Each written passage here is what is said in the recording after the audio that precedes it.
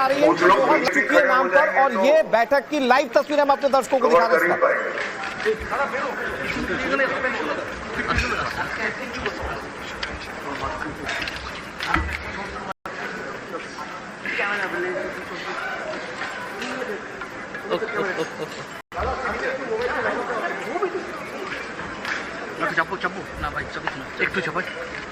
ये तस्वीर हम आपको दिखा रहे हैं और खबर ये मिल रही है कि वहां पर नाम प्रस्तावित किया जा चुका है, मोहर लग चुकी है। यहां से गृह मंत्री क्या कहते हैं इस पर सबकी निगाहें टिकी हुई है। अमित मालवीय आपको तस्वीरों में दिख रहे हैं, शुभेंदु अधिकारी आप देख लीजिए। इसके अलावा जो संगठन के बड़े नाम थे वो वहां पर मौजूद हैं, और विधायक जो जीते हुए विधायक हैं भारतीय जनता पार्टी के, वो यहां पर इस हॉल में मौजूद हैं। और खबर यह आ रही है पश्चिम बंगाल विधानसभा के सदस्यों की एक मीटिंग यहां आहूत की गई है। उस मीटिंग में भाजपा के राष्ट्रीय अध्यक्ष जी ने मुझे और श्री मोहन चरण मांझी जी को केंद्र की ओर से पर्यवेक्षक के रूप में यहां भेजा था। अभी कुछ समय पहले ही चुनाव की प्रक्रिया पूरी हुई है। लगभग 8 प्रस्ताव और समर्थन प्राप्त हुए हैं, और सभी प्रस्ताव और समर्थन एक ही नाम के मिले हैं। उसके बाद दूसरे नाम के लिए भी सबको समय दिया गया, पर्याप्त समय दिया गया, मगर कोई दूसरा नाम नहीं आया है। इसलिए केंद्रीय पर्यवेक्षक के रूप में मैं श्री शुभेंदु अधिकारी जी को पश्चिम बंगाल विधानमंडल दल के नेता के रूप में निर्वाचित घोषित करता हूं।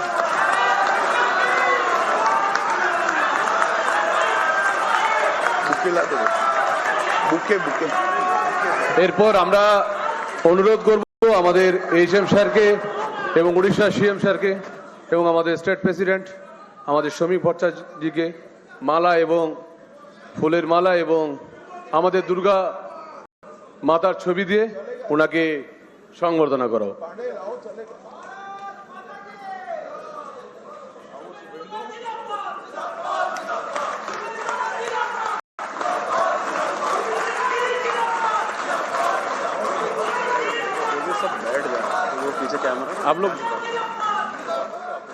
आप लोग बैठ जाओ।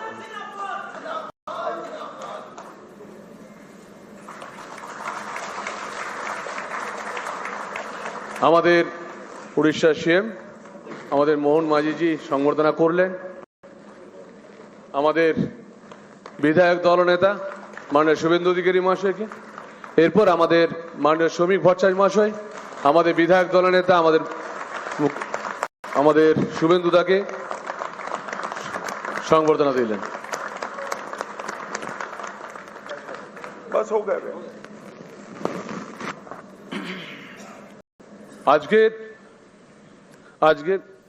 আজকের এই ঐতিহাসিক দিনে আমরা উড়িষ্যা সিএম আমাদের শ্রী মোহন মাঝিজিকে কিছু বলার জন্য অনুরোধ করব।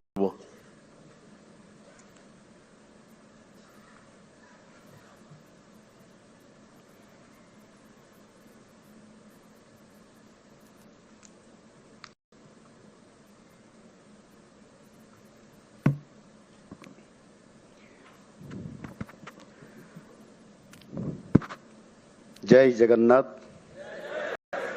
जय मां काली। मान्यवर केंद्र गृह मंत्री श्रीयुक्त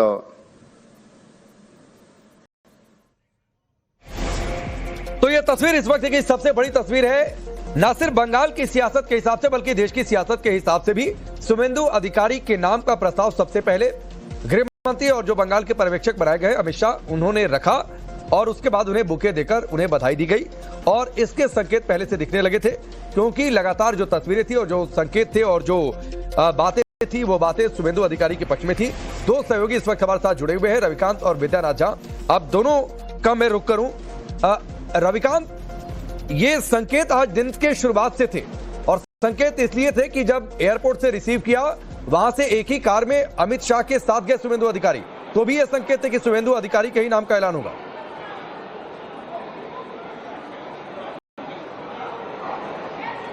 बिल्कुल राकेश, और वो एक पॉलिटिकल मैसेजिंग थी। आपने देखा कि जैसे ही प्रदेश अध्यक्ष ने उनको बुके दिया, केंद्रीय गृह मंत्री ने उनके साथ उनका अभिवादन स्वीकार किया, लेकिन जैसे ही दूसरे नंबर पर शुभेंदु अधिकारी उनके पास आए तो उन्होंने उनकी पीठ थपथपाई। आज ऐसे दिन में जब विधायक दल की बैठक होने जा रही है और वो खुद सेंट्रल ऑब्जर्वर बनकर यहाँ पर आए हैं और किसी व्यक्ति का वो पीठ थपथपा रहे हैं, तो एक रविकांत आपको रोकता हूं, अमित शाह कुछ बोल रहे हैं, एक बार सुनवाते हैं फिर मैं आता हूं। भाजपा के राष्ट्रीय अध्यक्ष जी ने मुझे और श्री मोहन चरण मांझी जी को केंद्र की ओर से पर्यवेक्षक के रूप में यहां भेजा था। अभी कुछ समय पहले ही चुनाव की प्रक्रिया पूरी हुई है। लगभग 8 प्रस्ताव और समर्थन प्राप्त हुए हैं और सभी प्रस्ताव और समर्थन एक ही नाम के मिले हैं। उसके बाद दूसरे नाम के लिए भी सबको समय दिया गया, पर्याप्त समय दिया गया, मगर कोई दूसरा नाम नहीं आया है। इसलिए केंद्रीय पर्यवेक्षक के रूप में मैं श्री शुभेंदु अधिकारी जी को पश्चिम बंगाल विधानमंडल दल के नेता के रूप में निर्वाचित घोषित करता हूं। तो अमित शाह के बयान को आपने सुना जब उन्होंने प्रस्ताव रखा शुभेंदु अधिकारी के नाम का।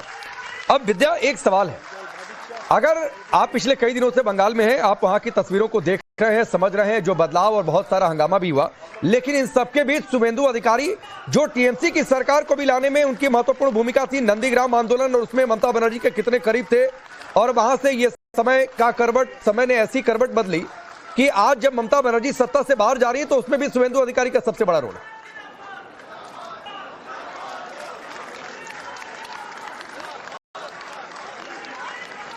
जी बिल्कुल, और इसीलिए कहा जा रहा है कि अमित शाह ने खुद कहा कि तमाम जो प्रस्ताव आए और एक उसके बाद तमाम प्रस्ताव आने के बाद भी एक मौका तमाम विधायकों को दिया गया था कि कोई दूसरा नाम भी अगर विधायक चाहते हैं तो वो विधायक उस नाम का प्रस्ताव रख सकते हैं, लेकिन एक ही मात्र नाम आया और वो नाम शुभेंदु अधिकारी का आया। देखिए, शुभेंदु अधिकारी जो हैं पश्चिम बंगाल में सर्वमान्य नेता के तौर पर बीजेपी में जाने जाते हैं, और आज की डेट में अगर पार्टी को यहाँ पर संगठित रहकर और सफलतापूर्वक तमाम चुनौतियों को देखते हुए अगर किसी व्यक्ति को यहाँ बिठाना था तो वो नाम शुभेंदु अधिकारी के अलावा कोई दूसरा निकलकर सामने नहीं आ रहा था। ऐसा नहीं है कि बीजेपी के पास पश्चिम बंगाल में नेता नहीं है और अच्छा काम करने वाले लोग नहीं है, पूरी फौज है बीजेपी के पास, लेकिन शुभेंदु अधिकारी हर वो दांव पेच जानते हैं जो टीएमसी में और टीएमसी की सरकार में रहते हुए उन्होंने ममता बनर्जी को करते हुए देखा है। उन्होंने ममता बनर्जी को जैसे यहाँ पर सरकार चलाते हुए देखा है, वो बहुत अच्छी तरीके से जानते हैं। वो ये जानते हैं कि जिस तरीके से यहाँ पर सिंडिकेट कट मनी और अपराध का पहाड़ खड़ा किया गया, उस पहाड़ को कैसे ढहाया जा सकता है। बीजेपी को ये पता है कि अगर यहाँ पर पूरी पार्टी को एक साथ एकजुट रखना है तो उसके शुभेंदु अधिकारी का नाम सबसे बेहतर हो सकता था, और इसीलिए यही वजह है कि 207 विधायक हैं, एक और किसी का नाम निकलकर सामने राकेश नहीं आया है, और यही वजह है कि शुभेंदु अधिकारी के नाम पर जब अमित शाह ने कहा कि प्रस्ताव आया और उस पर मुहर लगी, अमित शाह ने जब अनाउंस किया तो कहीं से कोई एक आवाज नहीं उठी कि इसके अलावा कोई दूसरा नाम भी हो सकता है। पहले से ही इस बात की चर्चा चल रही थी। आज 4 घंटे तक जो मैराथन मीटिंग हुई अमित शाह की बीजेपी की तमाम शीर्ष नेताओं के साथ जो पश्चिम बंगाल में पिछले कई महीनों से लगातार काम कर रहे थे, तो उसमें भी यही अमित शाह को बताया गया कि शुभेंदु अधिकारी के नाम को लगभग सभी विधायकों ने स्वीकार कर लिया। देखिए, ये जो अभी मीटिंग चल रही थी, एक औपचारिक मीटिंग होती है, लेकिन इससे पहले पार्टी अपने विधायकों से एक तरीके से राय मशवरा करती है कि कौन कौन से नाम हो सकते हैं, और वही नाम प्रस्ताव के तौर पर इस मीटिंग में रखे जाते हैं।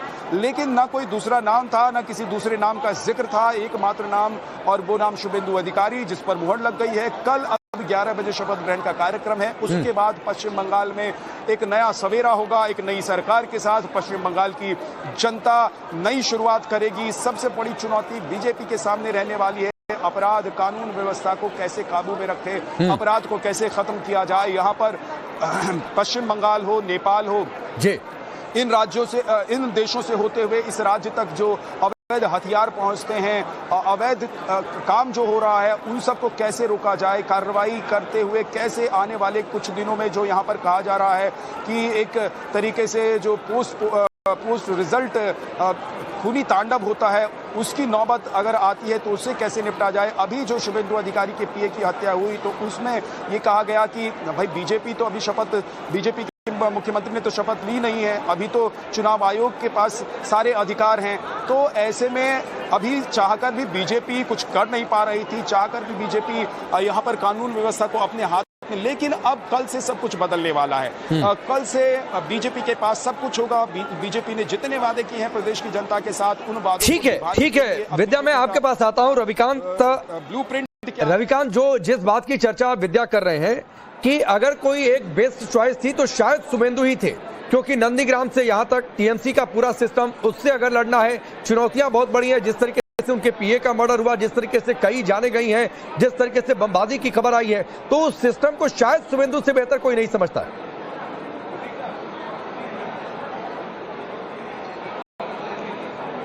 बिल्कुल राकेश, विद्या ने सही कहा कि विकल्प के रूप में एकमात्र सबसे भरोसेमंद चेहरा जो भारतीय जनता पार्टी के पास मौजूद था वो शुभेंदु अधिकारी का ही था। और आपने देखा कि दूसरा ऑप्शन भी दिया गया, समय दिया गया, लेकिन सभी विधायकों ने सर्वसम्मति से शुभेंदु अधिकारी के नाम पर मुहर लगाई है। अब से कुछ ही देर बाद जानकारी ये मिल रही है कि भारतीय जनता पार्टी के 4-5 बड़े नेता राजभवन की तरफ रुख करेंगे, क्योंकि यहाँ पर विधानमंडल दल का जो नेता है वो शुभेंदु अधिकारी को चुन लिया गया है और वो राजभवन जाएंगे और राजभवन में ये चिट्ठी जो है गवर्नर को सौंपी जाएगी। और उसके बाद कल सुबह 11 बजे ब्रिगेड का जो परेड ग्राउंड है वहाँ पर ओथ टेकिंग सेरेमनी होने जा रही है। उसकी भी एक अलग कहानी है, तमाम चीज़ें वहाँ पर की जा रही हैं और पहले मुख्यमंत्री होंगे शुभेंदु अधिकारी जो ब्रिगेड के मैदान में अपनी शपथ लेंगे। इससे पहले जो है, और ये भी एक संयोग होगा कि ममता बनर्जी ने कई बार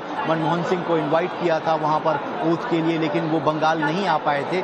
लेकिन प्रधानमंत्री कल नरेंद्र मोदी यहां पर मौजूद रहेंगे। बीजेपी रूल्ड स्टेट के जो मुख्यमंत्री हैं वो यहां रहने वाले हैं। और साथ ही एक इम्पॉर्टेंट चीज का ध्यान रखा गया है राकेश, ये कि जो सनातन धर्म को मानने वाले साधु संत महात्मा हैं उनके लिए एक अलग मंच डिजाइन किया गया है। ओथ टेकिंग सेरेमनी के मंच के जस्ट बगल में वो मंच बनाया गया है, यानी सनातन को जो लोग मानने वाले हैं उनको भी एक मैसेज दिया जा रहा है कि हम आ रहे हैं। अब किसी भी प्रकार का यहाँ पर धर्म के साथ छेड़छाड़ भेदभाव नहीं किया जाएगा, सभी धर्मों को समान सम्मान मिलेगा। ये तमाम मैसेजिंग की तैयारी ठीक है ये की जा रही है। ठीक है रविकांत, फिलहाल आपको रोकता हूं। आप दोनों का बहुत बहुत शुक्रिया।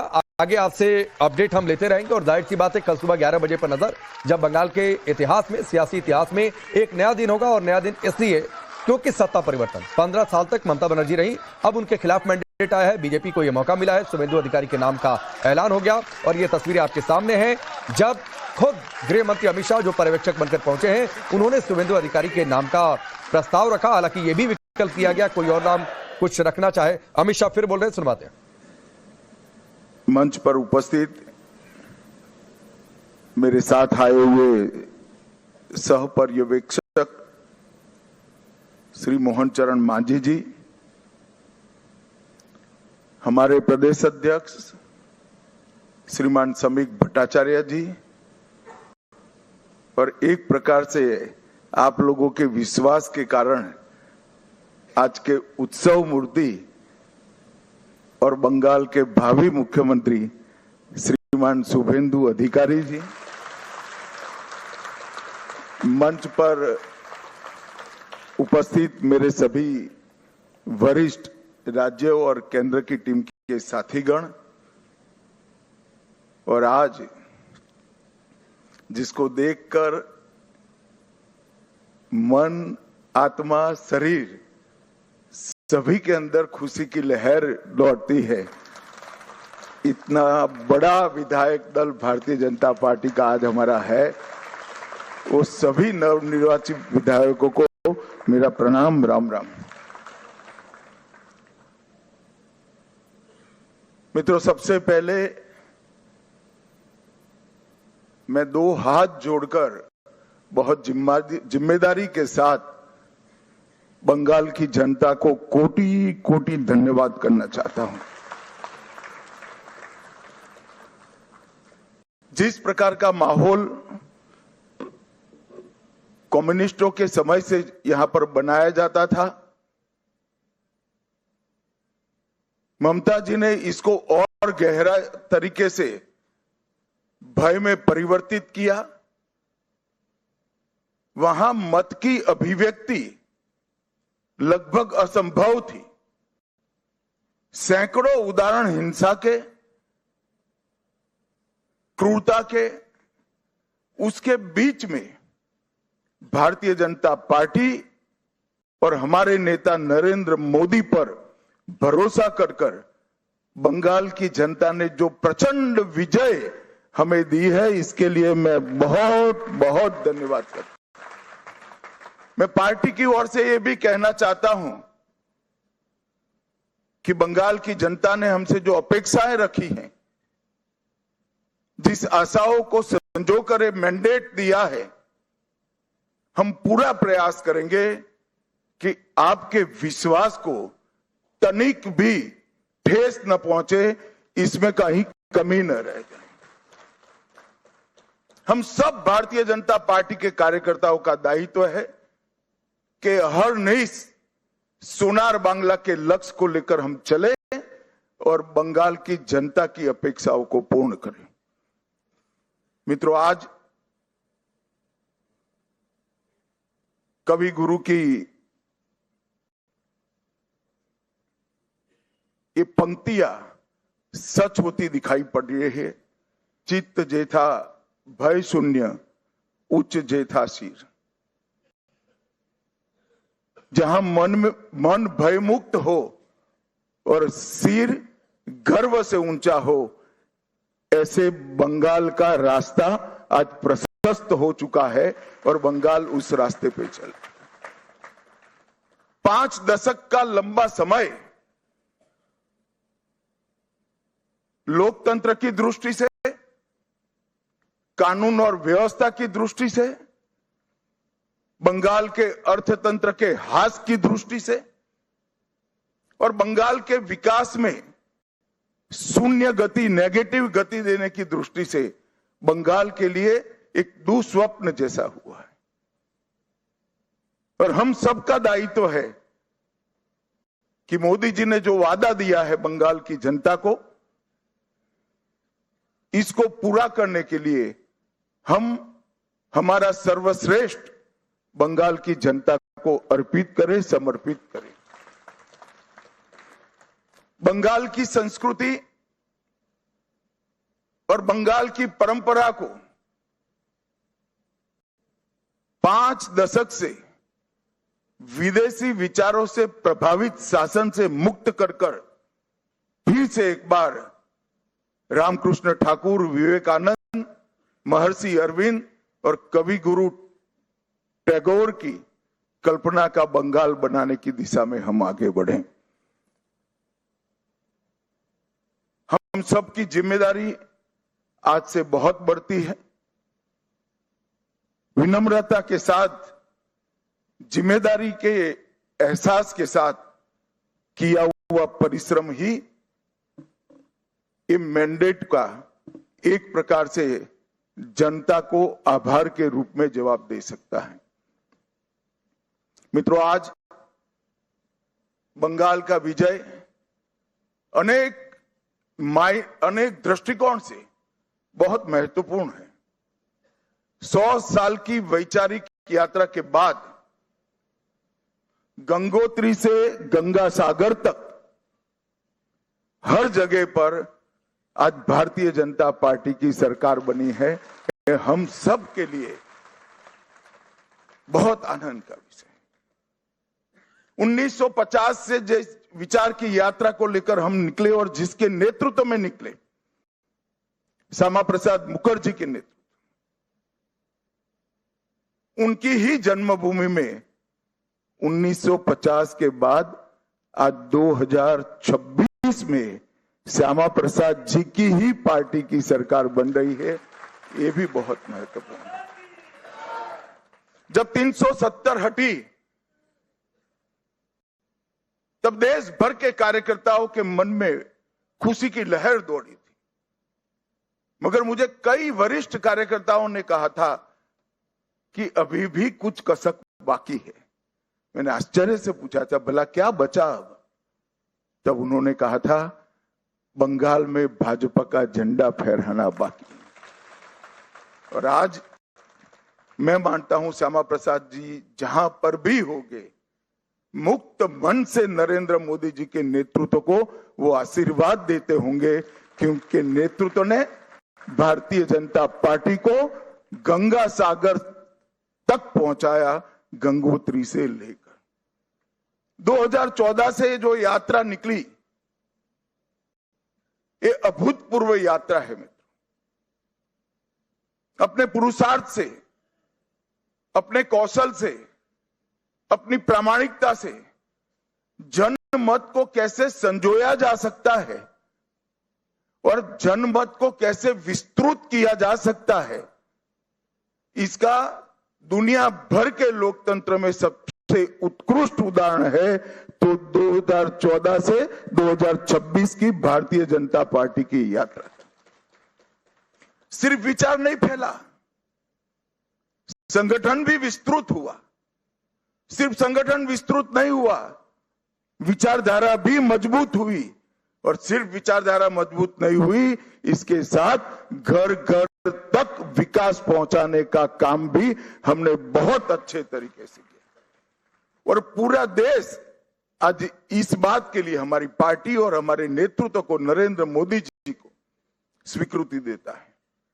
मैं बंगाल की ही बात करूं, मैं ही अध्यक्ष बना था, उपचुनाव आया, हमारे अभी के अध्यक्ष समीक भट्टाचार्य जी एक उपचुनाव जीतकर हमारा खाता खोले थे। 2014 की बात कर रहा हूं। 16 में 3 हुए, 21 में 77 हुए और 26 में 207 के साथ आज हमारा मुख्यमंत्री बैठने जा। ये यात्रा जितनी भव्य है, आनंददायक है, मगर यात्रा का मार्ग जबरदस्त असहनीय पीड़ा से भरा हुआ है। मैं आज भूल नहीं सकता कि 321 भारतीय जनता पार्टी के देवतुल्य कार्यकर्ताओं ने अपनी जान इस जीत के लिए गंवाई है, विचार के लिए गंवाई। मैं देश भर में घूमा हूं पार्टी के अध्यक्ष के। केरल और बंगाल, इसके अलावे कहीं पर इस प्रकार की क्रूर हिंसा का नग्न तांडव मैंने नहीं देखा है। पहले कम्युनिस्टों ने और फिर टीएमसी ने। मैं आज हृदय के भाव के साथ वो सभी 321 कार्यकर्ताओं के परिवारजनों को, देश की करोड़ों करोड़ों जनता की ओर से और भारतीय जनता पार्टी के करोड़ों कार्यकर्ताओं की ओर से भावपूर्वक नमन करना चाहता हूं।